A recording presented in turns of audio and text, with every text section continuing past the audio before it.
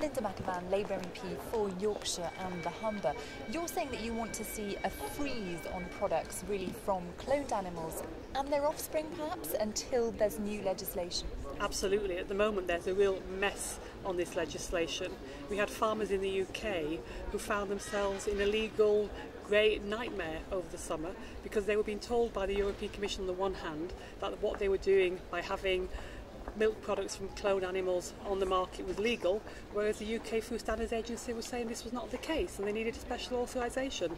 So the law's a mess, but more importantly than that, I think we need a massive public debate on the whole issue of food from cloned animals. And in the meantime, what are farmers in the UK supposed to do really? As you say, it's a bit of a mess. They don't know where they stand. Well, meetings are taking place now between the Food Standards Agency and the European Commission to clarify the law. The problem is that the European Commission is saying that food from a cloned animal itself has to be authorised to be put on the market, but food from the offspring, the children of a cloned animal, are totally normal. The Food Standards Agency is saying the opposite, so I think farmers should be demanding clarity from the Food Standards Agency.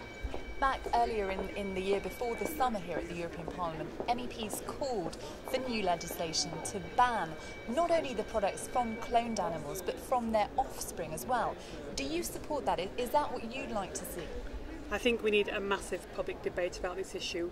I mean, the whole cloned animals, we know from all the scientific research that most cloned animals die in the womb. Those that are born, 35% die within 2 or 3 weeks. There's enormous suffering involved for cloned animals. The offspring of cloned animals are larger than normal animals, so they have to be born by cesarean section. It's an extremely expensive way for farmers to go. And for me, a really, really important issue, which we haven't debated yet, is that if you create a very small genetic pool of animals in one herd, a whole herd could be wiped out by a disease. So I think we need a public debate about whether or not we want to actually go down the path of promoting cloning for our food chain. I think a lot of the public wouldn't want this. We're getting rid of cruel practices like battery hens. Why are we now going down this new path towards cloned animals? And what about human health? Do you have any concerns that there could be any damage to humans from eating this meat?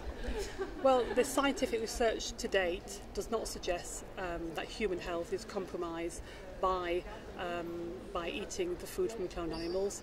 To me, it's a bit like the GMO debate. There are issues other than the human health and the safety of the food. It's about the whole issue of biodiversity and the whole issue of, like I said, we're spending millions and millions of pounds are being spent now researching on cloned animals. That money can be spent somewhere else.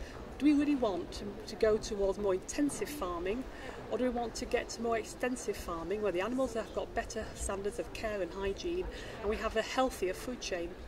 Do you think enough is being done to sort this issue out urgently? I know in last night's debate you seemed a bit annoyed with the Commission. They said, the European Commission, they would bring out a report in November, but do you think perhaps they're not doing enough to get this sorted out as quickly as possible?